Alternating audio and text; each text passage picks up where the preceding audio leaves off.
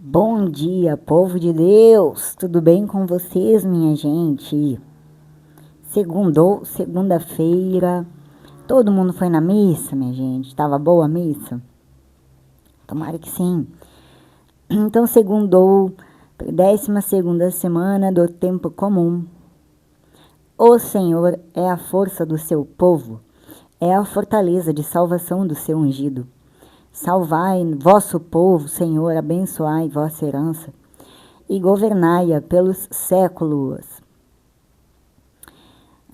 A comunidade cristã, ao pôr em prática os ensinamentos de Cristo, torna-se terreno propício para a escuta do chamado de Deus e o cultivo da benevolência fraterna.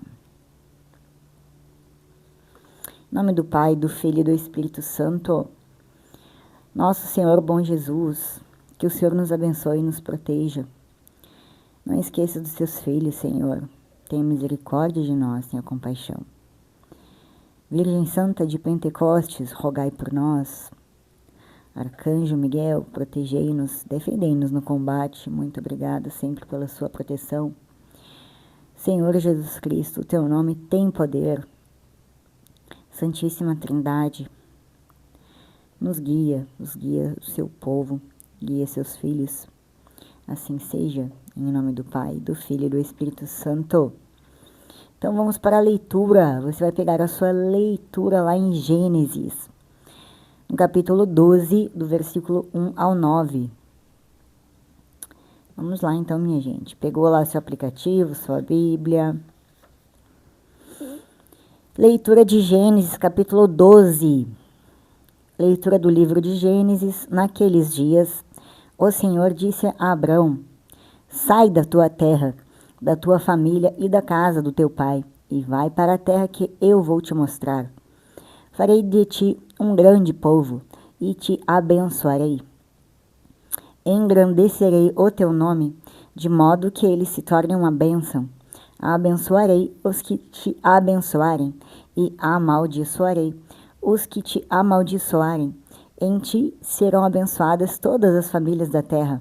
E Abrão partiu, como o Senhor lhe havia dito, e Ló foi com ele. Tinha Abrão 75 anos quando partiu de Harã.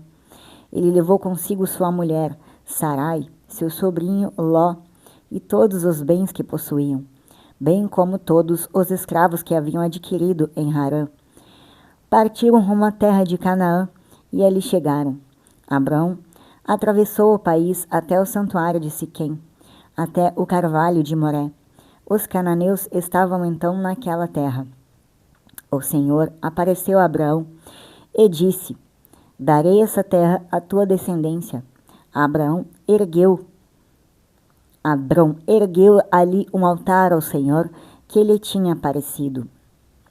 De lá, deslocou-se em direção ao monte que estava a oriente de Betel, onde armou sua tenda, com Betel ao ocidente e Ai a oriente. Ali construiu também um altar ao Senhor e invocou o seu nome. Depois de acampamento em acampamento, Abrão foi até a Negueb. Palavra do Senhor. Vamos para a nossa explicação na Bíblia. Então vamos para a explicação, minha gente. Lá estão olhando meu anel, minha gente. Isso aqui é para a consagração do Sagrado Coração. Mas depois a gente conversa sobre isso, tá? Vamos lá para a explicação, minha gente. Capítulo 12, do versículo 1 ao 9. Vamos do 1 ao 3, que é o que tem na Bíblia. De acordo com o Antigo Testamento, o Senhor falou a Abrão enquanto este estava ainda na Mesopotâmia. Gênesis, do capítulo 11, versículo 31. Deus deu a Abrão uma ordem de um único verbo, com 4 aspectos para ela. Abrão deveria sair, em primeiro lugar, de seu país, em segundo lugar, e de sua parentela, terceiro lugar, e da casa do seu pai, quarto lugar, para uma terra escolhida por Deus. A obediência a Deus muitas vezes significa deixar uma coisa a fim de receber algo diferente, ainda melhor. Ó, a obediência a Deus muitas vezes significa deixar uma coisa a fim de receber algo diferente, ainda melhor. Às vezes o que você acha que pode ser ruim, pode ser algo muito bom. No versículo 4, tendo migrado com a família de seu pai, desde Ur, Abrão permaneceu um período incerto de tempo em Harã, visto que viveu 145 anos, não é terá de ter não, tá? É um nome, visto que viveu 145 anos após o nascimento de Abrão. E Abrão tinha 75 anos de idade quando ele partiu de Harã. Abrão literalmente cumpriu a ordem para deixar a casa de seu pai. No versículo 5, Abrão aparentemente era o protetor de seu sobrinho Ló, porque o pai de Ló havia morrido em Ur. O percurso do grupo até Canaã era aproximadamente 724 quilômetros.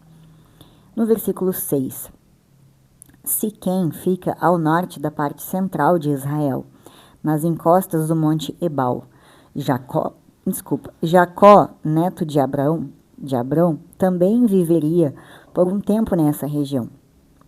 Mais tarde, José, bisneto de Abrão, seria sepultado nesse lugar. Os cananeus eram um grupo cultural distinto. Entretanto, o termo cananeu é também um termo abrangente para muitos povos diferentes que estavam vivendo na região, incluindo os hititas, os amorreus, os ferezeus, os girgazeus, os heveus e os jebuseus. No versículo 7, só um minuto, gente, coceira no meu olho. Esta é a primeira de 3 vezes que a Escritura indica que o Senhor fisicamente apareceu para Abrão. A promessa do Senhor de dar a terra de Canaã à semente de Abrão é a afirmação mais repetida na Torá. Pelo menos 37 referências são feitas a ela nos livros de Moisés. O altar que Abrão edificou em Siquém é o primeiro de 4 que ele é dito ter construído. Outros foram levantados entre Betel e Ai, em Hebron e no monte Moriá, tem acento no A. No versículo 8, como pastor, Abrão frequentemente seguia para novos locais a fim de prover comida para seus animais. Betel, atualmente Beitim, distava cerca de 32 quilômetros ao sul de Siquém. Este altar é o segundo dos 4 que Abrão construiu na terra de Canaã. Quando Abrão invocou o nome do Senhor aqui, ele se identificou como um legítimo membro da piedosa linhagem de Sete. Esta é a primeira de 3 ocasiões nas quais Abrão é dito fazer isso. No versículo 9, último da primeira leitura, o Negueb é a região semidesértica a oeste e ao sul do Mar Morto, cerca de 80 quilômetros ao sul de Betel. Esta área tem sido habitada por nômades desde tempos antigos. Então agora vamos para aquela partezinha onde a gente grava na memória as informações mais importantes. Então, minha gente, neste capítulo, em Gênesis, capítulo 12, do versículo 1 ao 9, Deus chama Abrão, que ainda não era Abraão, mais tarde ele chamou de Abraão, para deixar a sua terra e parentes e ir para uma terra que Deus lhe mostrará. Deus promete abençoá-lo, torná-lo uma grande nação e abençoar todas as famílias da terra através dele. Abrão obedece e parte, marcando o início da aliança de Deus com Abraão e de seu povo, Israel, e prefigurando a vinda de Jesus Cristo. Então, temos o chamado, primeiro Deus chama, Abrão, que vivia em Harã, para deixar a sua terra e ir para um lugar desconhecido, a terra de Canaã. Esse chamado é um ato de eleição divina. Deus elege, sim, tá? Onde Deus escolhe Abrão para ser o pai de uma grande nação e o instrumento de sua bênção para o mundo. As promessas, Deus faz 3 grandes promessas. Uma grande nação, onde Abrão se tornará o rei de um povo numeroso, que será a nação de Israel. Número 2, bênçãos. Abrão será abençoado e seu nome será engrandecido. Terceiro, bênção para todas as famílias. Através de Abrão e sua descendência, todas as famílias da terra serão abençoadas. Amém. A resposta de Abrão. Abrão demonstra fé e obediência, deixando sua terra e seus parentes e partindo para o desconhecido, confiando nas promessas de Deus. O significado teológico, aliança. Este evento marca o início da aliança de Deus com Abraão, um relacionamento especial e exclusivo entre Deus e seu povo. Fundação de Israel, a promessa de uma grande nação estabelece as bases para a história do povo de Israel e sua relação com Deus. Prefiguração de Cristo, a bênção prometida a todas as famílias da terra, aponta para a vinda de Jesus Cristo, o Messias, que traria a salvação para toda a humanidade. Chamado à fé. O exemplo de Abrão nos ensina sobre a importância da fé e da obediência a Deus, mesmo quando não compreendemos os seus planos. E que planos, né, minha gente? Convenhamos, né? Que responsabilidade, né, ele ficou. E esta passagem, principalmente, ela nos traz a prefiguração de Cristo, né? Onde Deus vai fazer a sua nova aliança. Então, é uma esperança, né? Deus, ele deu para Abraão esta esperança. E se não fosse por nosso Senhor Jesus Cristo, nós não teríamos esperança nenhuma, né? Nem salvação. Glória a Deus Pai que vive nas alturas. Graças ao nosso bom Deus, né? Que isto tudo aconteceu. Vamos para a segunda leitura e o Evangelho. Vamos ver o que a segunda leitura traz. Evangelho de Mateus, capítulo 7, do versículo 1 ao 5. A palavra do Senhor é viva e eficaz. Ela julga os pensamentos e as intenções do coração. Proclamação do Evangelho de Jesus Cristo, segundo Mateus. Naquele tempo, disse Jesus aos seus discípulos: Não julgueis e não sereis julgados, pois vós sereis julgados com o mesmo julgamento com que julgardes, e sereis medidos com a mesma medida com que medirdes. Porque observas o cisco no olho do teu irmão, e não prestas atenção à trave que está no teu próprio olho? Ou como podes dizer ao teu irmão: deixa-me tirar o cisco do teu olho, quando tu mesmo tens uma trave no teu? Hipócrita, tira primeiro a trave do teu olho, e então enxergarás bem para tirar o cisco do olho do teu irmão. Palavra da salvação.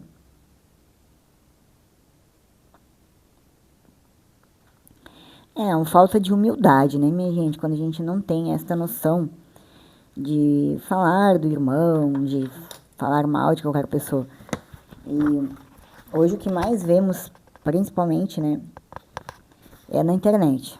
Né? A internet é usada como uma ferramenta de ofensa, né? De ofensa. E esse irmão, ele está incluso de modo geral, não é só o irmão da igreja, né? O irmão da igreja, a gente espera isso, né? Com certeza, né? Se na própria igreja você não tem esse entendimento, né? De poder chegar, poder conversar com seu irmão, aí o mundo já pode acabar, né, minha gente? Agora, este irmão aqui, que aqui nos fala, né? Que seremos medidos, né? No mesmo grau, na mesma intensidade que falamos, também seremos julgados. Na mesma intensidade que julgamos, seremos julgados.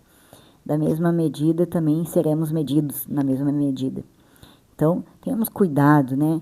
Com o que vamos falar, com o que pensamos, né? Porque nessa leitura também é o que pensamos, é o nosso coração. Já falamos sobre isso, né? Na outra leitura, quando dissemos que nada que vem de bom vem de nós. Nada que vem de bom vem de nós, vem de Deus. Por isso que devemos ser gratos, né? Devemos ter esta humildade de entender que só somos, só somos, né? Só temos vida, só somos o que somos, por causa da bondade e do amor de Deus, do infinito que Deus, esse amor infinito que Deus tem pela humanidade, que não desiste de nós, né? porque haja paciência, né, meu povo? Vamos então para a explicação na Bíblia. No capítulo 7, no versículo 1, Jesus não pretendia proibir todos os atos de julgamento. Em outras partes, ele ordenou aos discípulos que discernissem as ações de outras pessoas. O que Jesus condenou é o julgamento hipócrita, que focaliza as faltas dos outros enquanto excusa os próprios pecados. Então, o que ele... A hipocrisia, né? Foi o que ele apontou, a hipocrisia. Quando você não tem... você quer corrigir alguém, mas você não tem você não tem autoridade, não tem nem capacidade, não tem como você corrigir. Porque falta em você também, né? Você não vê isso em você. Esta característica negativa, né? Que é o que vai te levar para o quê? Para onde? Para o inferno, com certeza, né? É ruim falar assim, mas é verdade, né? Não tem como falar de outro jeito. Porque se você vai julgar, né? Então, paciência. Você não pode julgar o seu irmão. E quem te julga, você tenha paciência, né? Porque cada um vai ter aquilo que merece, né? Isso aqui ficou bem claro. No versículo 2, Jesus advertiu que aqueles que usam um padrão severo de juízo, ao avaliarem as outras pessoas, podem aguardar que Deus usará o mesmo padrão quando eles enfrentarem o julgamento divino, o inferno, se você falar mal dos outros, né? Independente, você não tá... Se for falar mal de alguém, você se lembre que você vai ser julgado. O cisco, talvez um fragmento de serragem, representa uma falta leve. A viga, uma grande peça de madeira, representa uma grave falta moral. Aquele que corrige as faltas leves dos outros, sem dar atenção às próprias faltas graves, é um hipócrita. Os cristãos têm a responsabilidade de ajudar uns aos outros e se arrependerem dos pecados, mas somente depois de primeiro lidar com as próprias faltas graves. Então vamos agora para aquela partezinha que a gente grava na mente. Gente, não sei se vocês estão escutando os gatos que tem aqui, os gatos aqui que ficam aqui embaixo. Fora o meu, né, que o meu eu não mio. Quando ele quer comida, ele mia, né, que dengozão. Mas os gatos aqui na volta, não sei como é que vocês...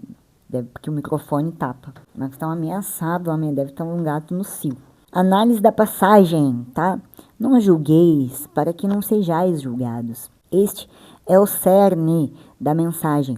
Jesus adverte que a maneira como julgamos os outros terá consequências para nós mesmos, pois seremos julgados da mesma forma que julgamos. Com o julgamento com que julgardes, sereis julgados. Essa frase reforça a ideia de reciprocidade no julgamento. A medida que usamos para avaliar os outros será usada para nos avaliar. Porque vês o argueiro no olho do teu irmão, mas não repara na trave que está no teu próprio olho. Jesus, aqui nós vimos que é o argueiro, né? O argueiro no olho do teu irmão. Aqui já vimos outra palavra, mas é a mesma coisa, que significa cisco, né? É o mesmo significado, então não tenho nada o que mudar, minha gente, nada, é o mesmo significado. Jesus usa uma metáfora forte para ilustrar a tendência humana de notar falhas alheias, enquanto ignoramos as nossas próprias. Hipócrita, tire primeiro a trave do teu olho, então verás com clareza para tirar o argueiro do teu irmão. A solução proposta por Jesus é a autocrítica e a humildade. Antes de criticar os outros, devemos nos corrigir, reconhecendo nossas próprias limitações. Nesta interpretação aqui, né, é enfatizada a importância da misericórdia e do amor ao próximo, seguindo o exemplo de Cristo. A Igreja Católica ensina que o julgamento precipitado e a condenação do próximo são contrários ao espírito do Evangelho. O católico e a Bíblia, né, minha gente? Porque, como eu já falei para vocês, o catolicismo ele é muito fiel, então ele não muda em nada no que se refere a este texto. É fundamental buscar a verdade e a justiça, mas sempre com um coração misericordioso e com a consciência de que todos somos pecadores. Os santos, né, minha gente, todos tinham essa grande consciência, né, que eles eram fracos, pecadores, dependentes, essa humildade. Por isso que foram santos, né?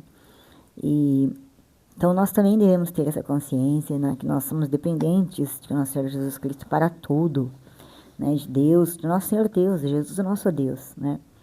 Dependemos do Espírito Santo de Deus, dependemos da boa vontade, do amor, da misericórdia, porque nós não somos nada. Tudo que somos de bom vem de Deus, né? Então devemos sempre agradecer, ser consciente dessa gratidão, ter gratidão, né? Não achar que somos melhores, né? Ou que somos mais do que alguém. Em hipótese alguma, né? Deus sabe do coração de cada pessoa e Ele julga sim pelo coração. Deus tem os seus escolhidos, Deus sabe quem Ele ama e Deus Ele ama muito e protege muito quem o ama, tá? Quem o ama não vai sempre pensar nele, né? Vai sempre pensar em não magoá-lo. Em resumo, Mateus, capítulo 7, do versículo 1 ao 5, nos convida à humildade, à autocrítica e à misericórdia. Não devemos julgar para não sermos julgados, mas sim buscar a conversão pessoal e ajudar o próximo com amor e compaixão. Tem as pistas da reflexão, que é da própria liturgia, eu posso falar. Ao convocar o ser humano para percorrer os seus caminhos, Deus pede-lhe fé e despojamento. O rigor com que costumamos julgar os outros manifesta nossa arrogância e mostra que desconhecemos ou não admitimos nossa fragilidade, nossa dependência, né? O quanto somos frágeis. O julgamento de Deus é sempre surpreendente por ser misericordioso. Então, minha gente, essa é a leitura da segunda-feira.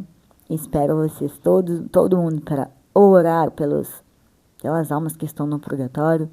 Sua oração é muito importante. Você não precisa ir lá para pedir por um ente querido, mas por todo aquele que sofre, que precisa das suas orações. Vá orar na segunda-feira, tá? É muito importante, muito importante. E essa é a nossa leitura de hoje, o nosso estudo do dia. Até amanhã, com a graça de Deus. Amém. Shalom. Tchau. Em nome do Pai, do Filho e do Espírito Santo, que Deus nos abençoe e te abençoe. Amém.